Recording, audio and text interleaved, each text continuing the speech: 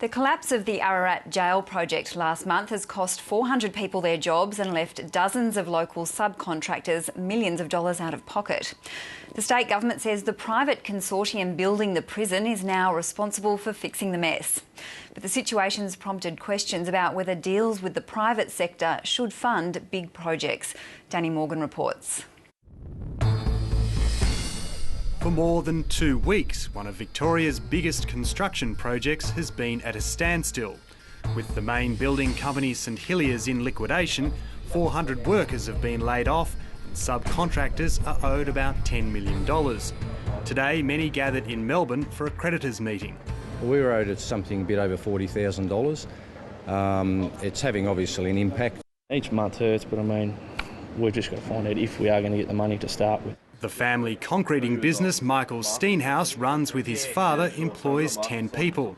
The Steenhouses are owed $150,000. So we'll make things very tight. Hopefully it's not enough to put us under, but it's definitely going to make a big struggle. The Ararat Council says without the money, many local businesses are on the brink of collapse. But the prospect of a state government bailout looks slim. I make the point up front again. This is a public-private partnership and all the responsibilities for completion of the project rest with Aegis.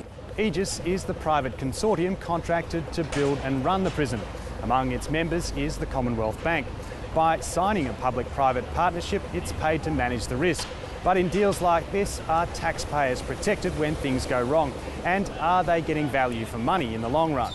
Not familiar enough about... Monash University professor Graham Hodge has studied the evolution of public-private partnerships over the past 2 decades.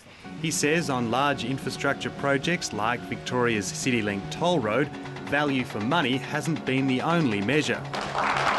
Along came Kennett with his particular political style and crashed through the inertia that existed at that time and delivered a sparkling new piece of infrastructure for Melburnians.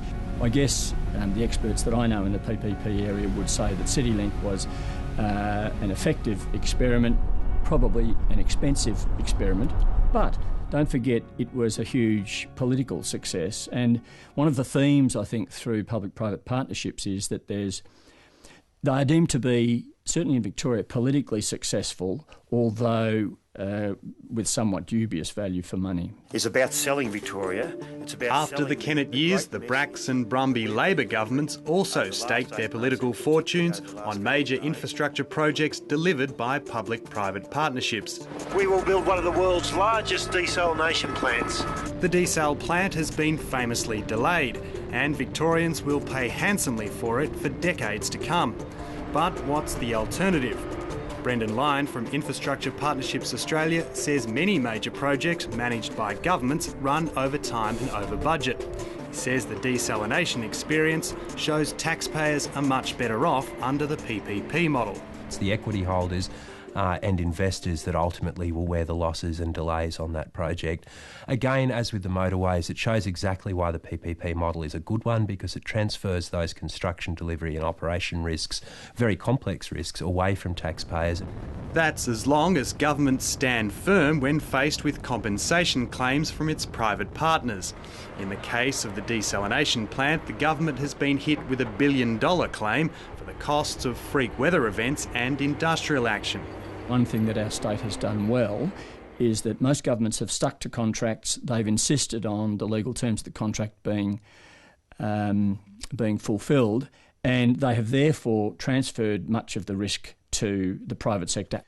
Professor Hodge agrees the PPP model is often better than governments managing major projects themselves, but he says the public deserves better information on the final cost to taxpayers.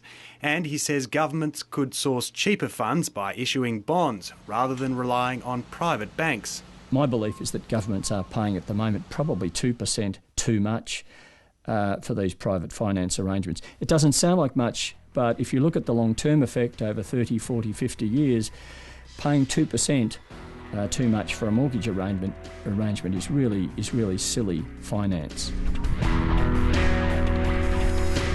For the Ararat prison workers and contractors who are waiting to hear their fate, debates about the merits of public-private partnerships are of little interest.